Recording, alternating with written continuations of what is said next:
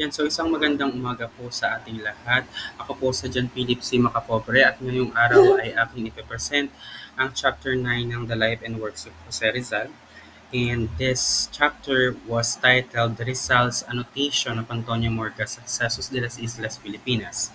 Sabi ni Rizal, to foretell the destiny of a nation, it is necessary to open the book that tells of her past. Ibig sabihin po nito, para malaman natin kung saan patungo ang ating bayan, kailangan nating balikan ang kasaysayan. So bago po tayo magsimula, let's start with uh, giving definition to some terms that will be used on this presentation. The first one is the annotation. It means or a note of explanation or comment added to a text or diagram. Basically, this is a comment added to another text or a diagram or another book, just like what Rizal did. Successus. When you say successus, it's a Spanish term that means event, occurrence, or incident. Successus, it means mga pangyayari sa Tagalog.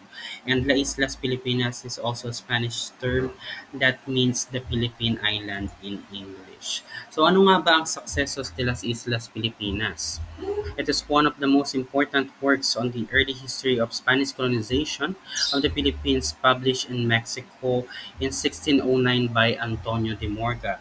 And this book was annotated by Jose Rizal with a prologue by Dr. Ferdinand Blumentritt. It describes the events inside and outside of the country from 1493 to 1603.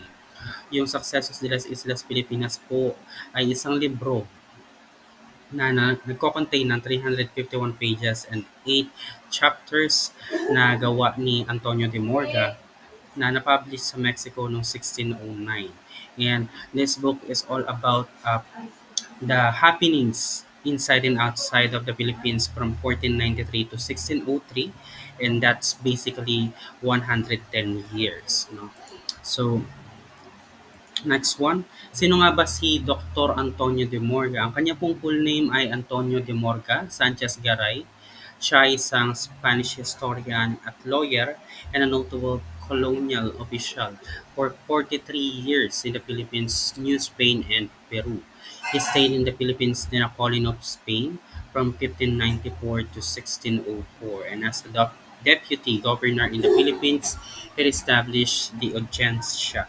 When you say audiencia po, ito po yung mas kilala natin sa tinatawag na hearing court or court, and took yun, so yun basically audiencia is a court and took over the function of the judge or oidor.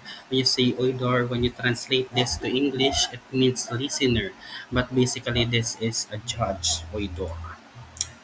So bakit nga ba sinulat ni Morga ang The Successos de las Islas Filipinas? Sabi niya, the deeds achieved by our Spaniards in the discovery, conquest, and conversion of the Filipinas Islands, as well as various fortunes that they have from time to time in great kingdoms and among the pagan peoples surrounding the islands.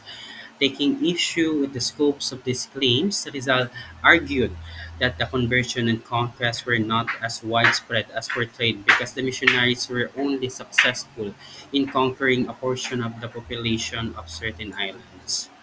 So ano nga ba yung nag-lead kay Jose Rizal para makita niya yung Successos de las Islas Filipinas ni Antonio Morga? Unang-una, Rizal was an earnest seeker of truth, and this marked him as a historian since si Rizal ay talagang may ipinaglalaban nung kanyang panahon, ay talagang naghahanap siya ng mga resources habang nag-gain siya ng knowledge. At isa nga yung Successos de las Islas Filipinas na libro ni Morga sa kanya nakita upang mag-gain pa ng knowledge about the Philippines before the colonization of the Spaniards. The second one is he had a burning desire to know exactly the conditions of the Philippines when Spaniards came ashore islands. Next one is his theory was that the country was economically self-sufficient and prosperous, entertained the idea that it had lively and vigorous community. Next one is he believed that conquest of the Spaniards contributed in part to the decline of the Philippines' rich tradition and culture. He then decided to undertake the annotation of Antonio de Morga's Successus de las Islas Filipinas. So sa dahil nga nabasa niya yung Successus de las Islas Pilipinas ni Antonio de Morgas, ah, doon siya nag-decide na mag-annotate o magbigay ng komento or saying sa libro ni Antonio de Morga. So, bakit nga ba nag-annotate si Rizal ng Successos de las Islas Pilipinas? Sabi niya, to foretell the destiny of a nation, it is necessary to open the book that tell of her past. If the book Successos de las Islas Pilipinas succeeded to awaken your consciousness of our past, already effaced from your memory, and to rectify what has been falsified and slandered, then I have not worked in vain, and with this as a basis, however small it may be, we shall be able to study the future. So, yan po yung full version nung thought na binigay ko kanina sa introduction. Sa results annotations of successes, devoting 4 months research. So 4 months siya nag-research and writing and almost a year to get his manuscript published in Paris in January 1980. So yung annotation ay na-publish sa Paris noong 1980. And Rizal spent his entire stay in the city of London at British Museum's reading room. So habang nag-i-stay siya sa London, lagi siyang nasa reading room para pag-aralan yung Successos de las Islas Filipinas ni Antonio de Morga. Having found Morga's books, he laboriously hand-copied the whole 351 pages of Successos. So yun nga, ang Successos de las Islas Filipinas ni Antonio de Morga ay nagko-consist ng 351 pages with 8 chapters. And yung mga chapters na yon, yung chapter 1 is titled Magellan and Legazpi's Seminole Expeditions. Chapter 2 hanggang 7 ay chronological report on government administration under Governor General. And the last chapter, which is the chapter 8, was titled Philippine Islands, the natives there, their antiquity, customs, and government. And yung 351 pages na yun and 8 chapters na yun, lahat yun pinag-aralang mabuti ni Rizal at kanyang binasa bago siya nag-annotate.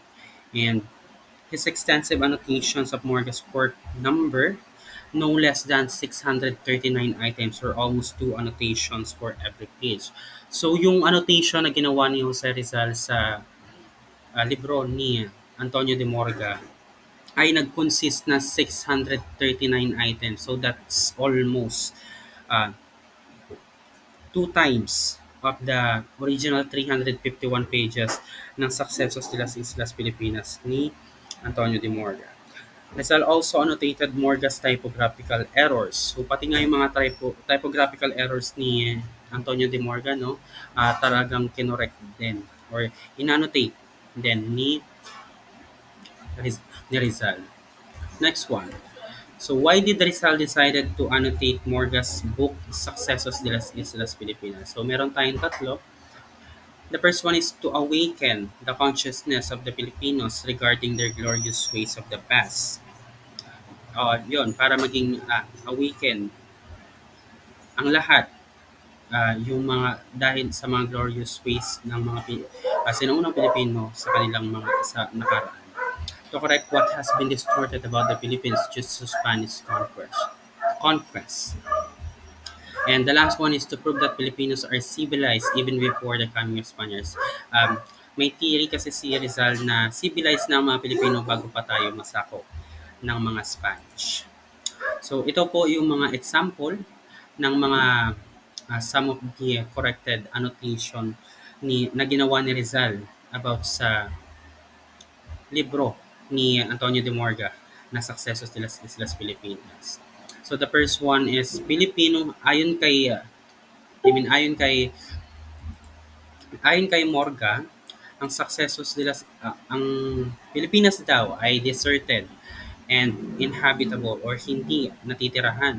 Pero ayon kay Rizal, Philippines was not deserted and was actually habitable. And this makes sense kasi may mga tao nang nakatira dito sa Pilipinas bago pa dumating ang mga Spanish. So, it's very unusual na nasabi ni Morgan na inhabitable or hindi pwedeng tirahan ang Pilipinas nung dumating sila.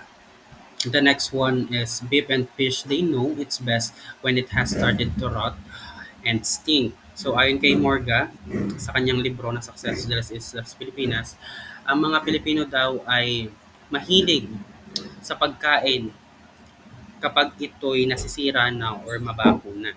Pero sa annotation ni Rizal, Spaniards, like any other nation, treat food to which they are not accustomed or it's unknown to them with disgust.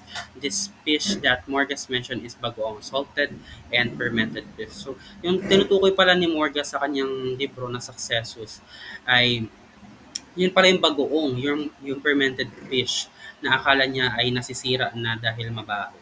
Pero actually, yun yung bagoong, yun yung fermented and salted fish or beef na kadalasang kinakain nating mga Pilipino.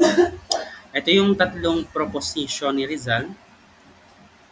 The people of the Philippines had a culture on their own before the coming of Spaniards. So yun nga, at ang paniniwala ni Rizal ay meron ng kultura ang mga Pilipinas, ang mga Pilipino bago pa dumating ang mga Spanish.